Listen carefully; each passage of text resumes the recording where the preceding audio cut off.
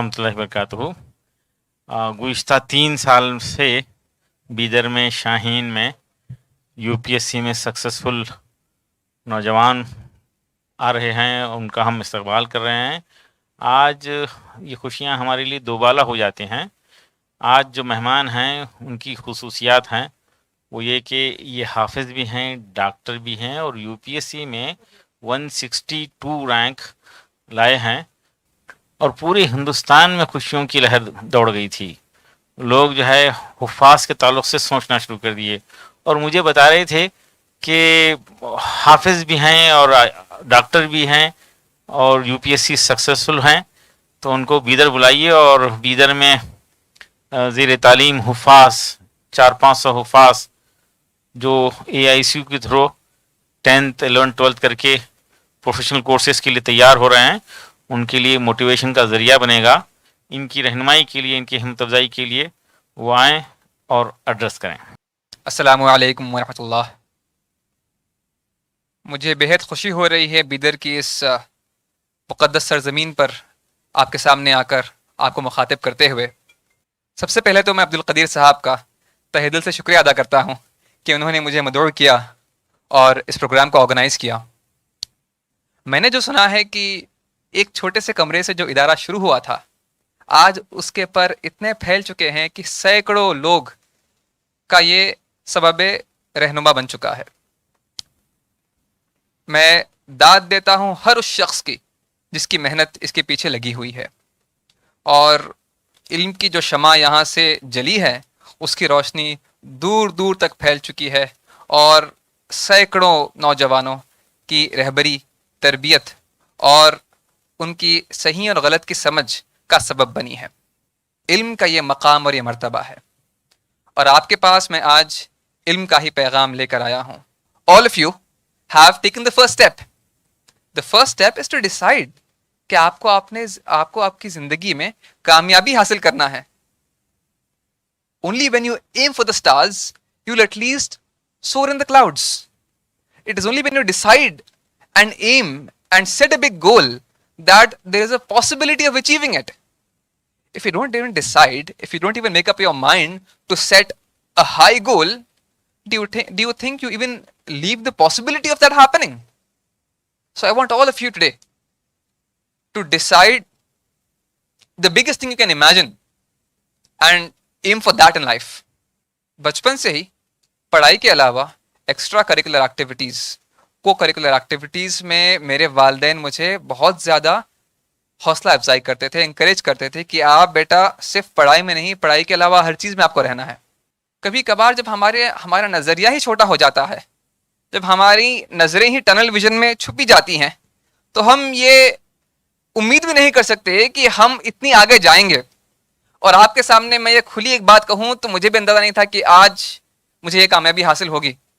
दिल में ख्वाहिश ज़रूर थी, उसके लिए वालिदैन की जहन साजी बचपन से थी, उसके लिए मेहनत भी की है, लेकिन कामयाबी को हासिल करना अपने हाथ में नहीं होता, लेकिन इसके जो इंग्रेडिएंट्स हैं उसको तैयार रखना हमारे हाथ में है। तो उसके इंग्रेडिएंट्स अगर आप तैयार रखेंगे तो एक न एक दिन आप ज़रूर कामयाब होंगे। The first and foremost and the most important thing that I want to tell you is to understand the purpose of life. अपने मकसद हयात को जानें, अपने वजूद की असलियत को हमेशा नजर के सामने रखें। It is not your exam, it is not your weekend test, it is not your annual rank that matters. There is something much bigger that actually matters. वो चीज, वो मकसद, that purpose of life, that overall goal should always be before your eyes. अगर आपके अंदर पढ़ाई का खुद जज्बा जाग उठा है तो आपको कोई नहीं रोक सकता। लेकिन अगर आप इसलिए कॉलेज में, इसलिए स्कूल में पढ़ रहे हैं कि आपके वालिदैन का दबाव है, का प्रेशर है, देन आप कभी आगे नहीं बढ़ सकते। उनकी लाख कोशिशें होंगी, लेकिन आपके दिल में जब तक वो आग जाग नहीं उठेगी कि मुझे कुछ हासिल करना है, तब तक कुछ नहीं होगा। Because self-motivation is the biggest and most long-lasting driver of success. और आज के दौर में आप लोगों के सामने पढ़ाई की रुकावट बनने वाला सबसे बड़ा फैक्टर क्या है? कोई बता सकता है? Mobile phone. 3-4 लोगों की तरफ से झटपट आंसर आ गया. So if you want to do smart work, make sure you use your smartphone very smartly, very responsibly, very wisely, very maturely. So if you want to succeed in life, you need to develop the ability to absorb ideas and express them in your own way. That will develop your creative abilities. That will develop your soft skills, your communication skills, your comprehension skills, your understanding skills. So I think it's very, very important for you to focus on understanding and not merely remembering. और मैं ये बड़ी जिम्मेदारी से कह रहा हूं, doesn't matter if you score 60-70% in your exams, because I know some UPSC rankers who scored 60-70% in their school exams, but today they are UPSC rankers. And let me tell you, you will not succeed in life if you cannot respect your parents, if you cannot love your elders, if you cannot have good character in front of them. So make sure you have full obedience to your parents, you trust their wisdom. उनसे अच्छा आपके बारे में कौन सोच सकता है? उनसे ज्यादा आपके लिए तड़प कौन रख सकता है? Respect your elders, love them. Make sure your parents are your best friends. You know who my best friends are? These two people.